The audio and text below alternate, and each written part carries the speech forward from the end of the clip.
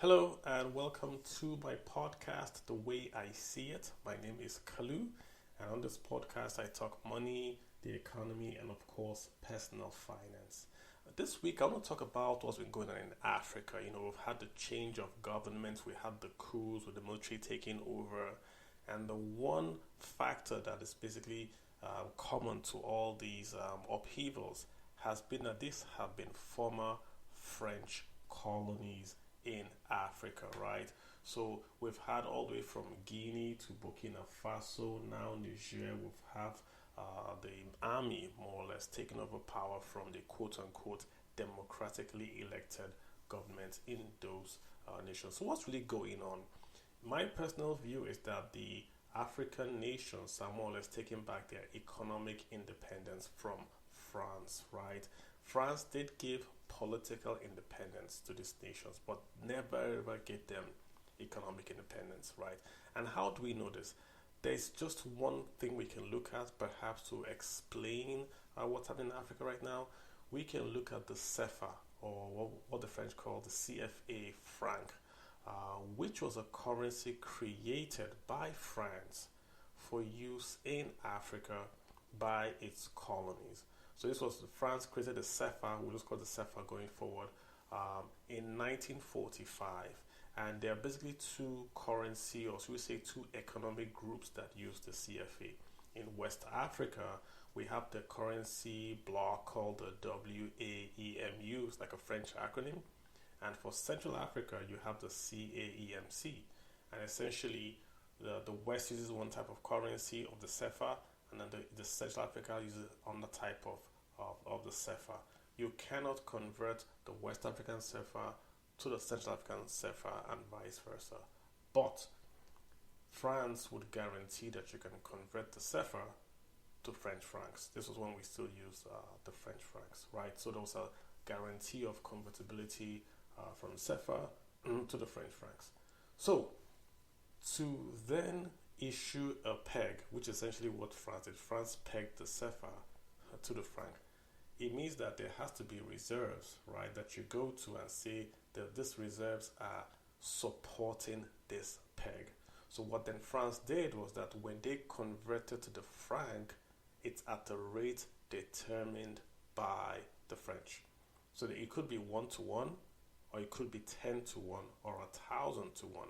France determined the exchange rate that the African colonies converted their CFA to France. So it's an easy take it for France. All they had to do was to say it's 1 to 1,000, which means every time the Africans create wealth, they would have to exchange 1,000 times to get just one French franc. So an easy way to just do to get to what we'll call now invoicing, right? To invoice away the wealth from Africa.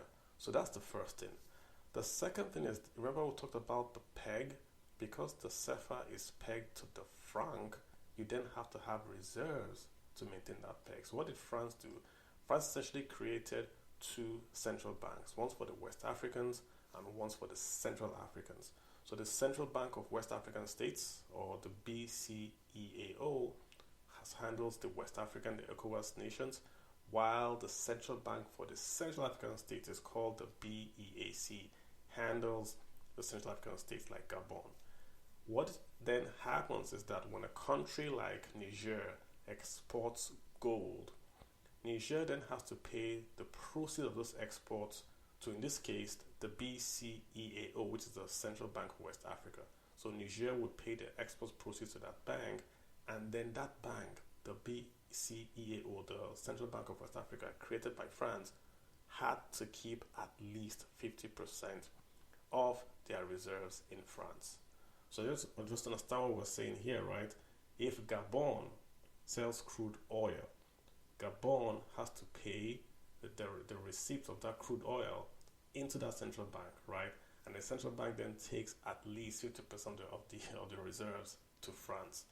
So if you stretch this argument, right, literally who is exporting? Is it Gabon or is it France? Literally it's France that is exporting, because France is getting the proceeds in their bank, quote unquote, for free, right? Secondly, if Niger wants to issue currency based on their export earnings. What they have to do is to maintain at least a ratio of 20 times, right, the value of their reserves to the currency they want to issue. So look at it this way. If Niger wanted to build maybe a road and they wanted to issue a loan of say $1 million equivalent in CFA in a bond, they had to deposit 20 million in reserves in France to issue that 1 million locally, right? Currency in circulation. So what does this do to Niger? They can't grow. They cannot do deficit financing to expand their economy. The same way France did after the Second World War, where it borrowed massively to rebuild France. Those countries can't do that because their currencies are locked into the currency policy of France. Now, the demographics of France is very different from the demographics of, say, Niger or Gabon or Burkina Faso.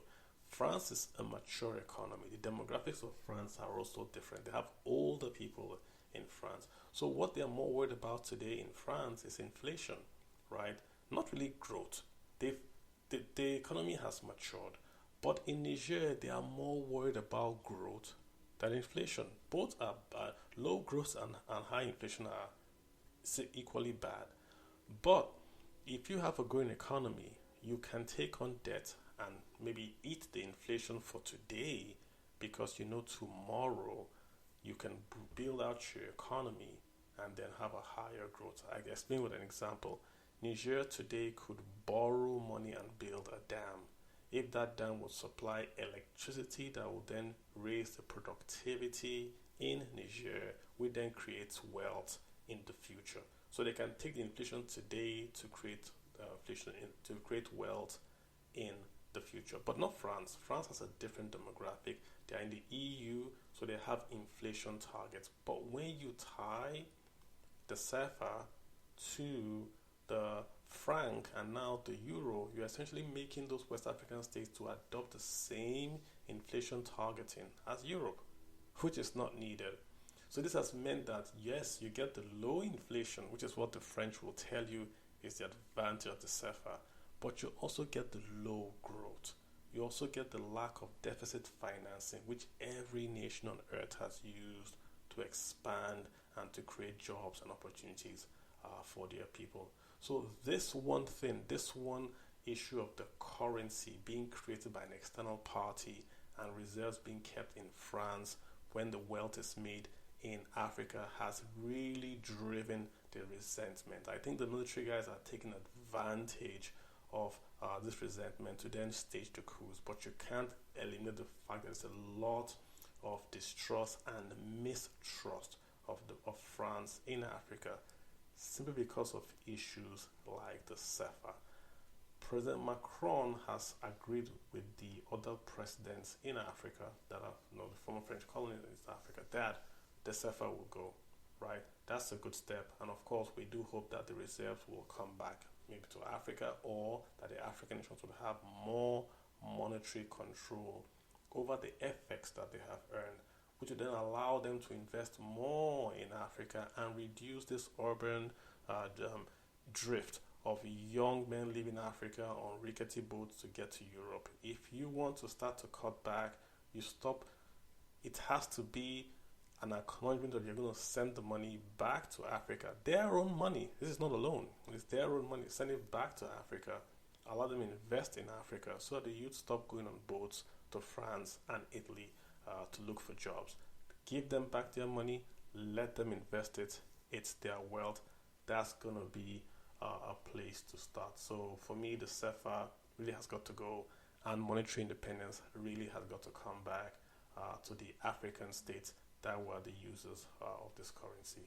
All right, folks, that's it for this week. I do hope you would join us every time and anytime we do have a podcast. Do share this podcast. We love it when you do. And till I see you guys next time, do have a good day. My name is Kalu, and I'll see you again. Bye.